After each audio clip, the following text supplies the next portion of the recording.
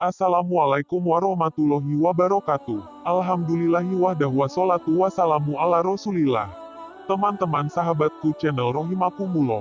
Pada pertemuan yang pertama kita akan membahas sebuah kitab yang berjudul Hiyah Tholibil Ilmi karya Syekh Bakr Abu Zaid Rohimahullahu Ta'ala. Di mana kitab ini membahas tentang adab dan akhlak yang harus dimiliki oleh penuntut ilmu dalam upayanya menuntut ilmu. Dan pada pembahasan yang pertama kali ini kita akan membahas tentang penulis kitab Hiyah terlebih dahulu sebelum membahas matan kitab Hiyah tersebut. Berikut biografi Syekh Bakr Abu Zaid Rohimahullahu Ta'ala. 1. Nasabnya. Beliau adalah Bakr bin Abdullah Abu Zaid bin Muhammad bin Abdullah bin Utsman bin Yahya bin Boyhab bin Muhammad.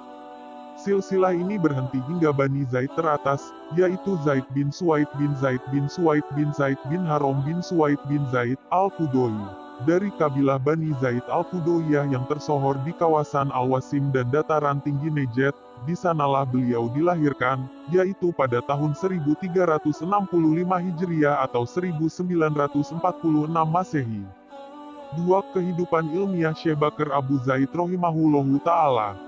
Di tempat kelahirannya, beliau belajar di sekolah biasa, sampai kelas 2 Ibtidaiyah, kemudian pindah ke Riyadh pada tahun 1375 Hijriah dan melanjutkan sekolah Ibtidaiyahnya di sana, lantas meneruskan ke Ma'had Al-Ilmi, kemudian Fakultas Syariah hingga wisuda pada tahun 1387 sampai tahun 1388 Hijriah sebagai muntasib, afilial, dengan nilai tertinggi. Pada tahun 1384 Hijriah beliau pindah ke Madinah Al-Munawwaroh dan bekerja sebagai Kepala Perpustakaan Umum Universitas Islam Al-Jamiah Al-Islamiyah.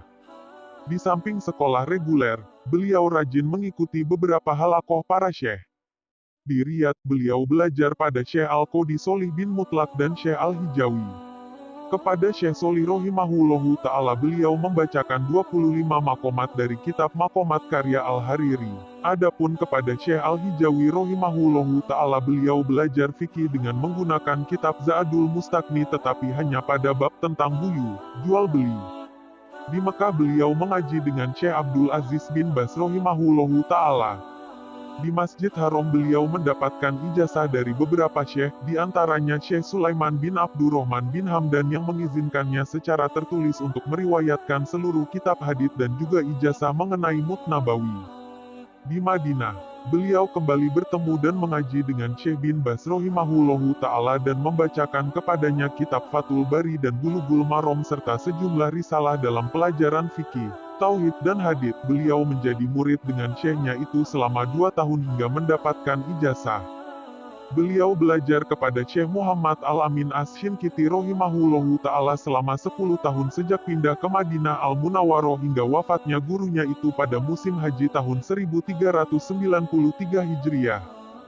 Beliau membaca di hadapan gurunya kitab Tafsir Adwaul Bayan, karya monumental Syekh Muhammad Al-Amin As-Syinkiti Rohimahullahu Ta'ala, dan risalahnya, Adab Al-Ba'at wal Munadzoroh. Beliau merupakan satu-satunya murid yang mengambil ilmu nasab dari syekhnya itu. Beliau membacakan kepadanya kitab Al-Qadhu wal Umam karya Ibnu Abdil Bar Rohimahullahu Ta'ala. Beliau juga membacakan kepadanya beberapa risalah.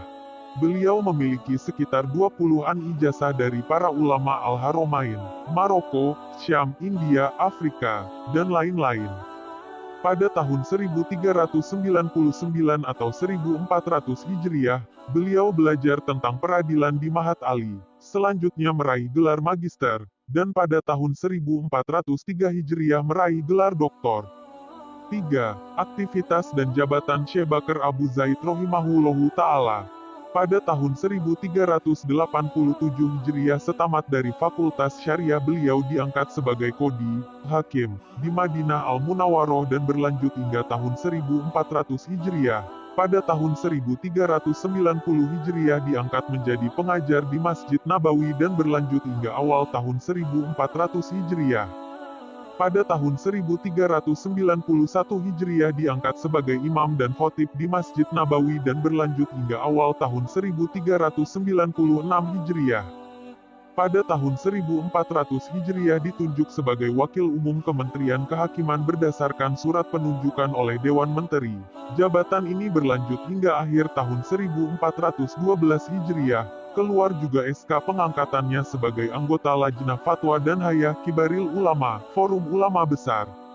Pada tahun 1405 Hijriah ditunjuk sebagai perwakilan Kerajaan Arab Saudi pada Lembaga Kajian Fikih Internasional, Mujama' al-Fiqh al-Islami ad-Duwali, yang menginduk pada OKI di mana kemudian beliau dinobatkan sebagai ketuanya.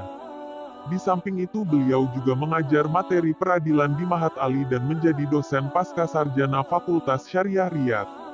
4. Karya-karya Syekh Bakr Abu Zaid rahimahullahu ta'ala.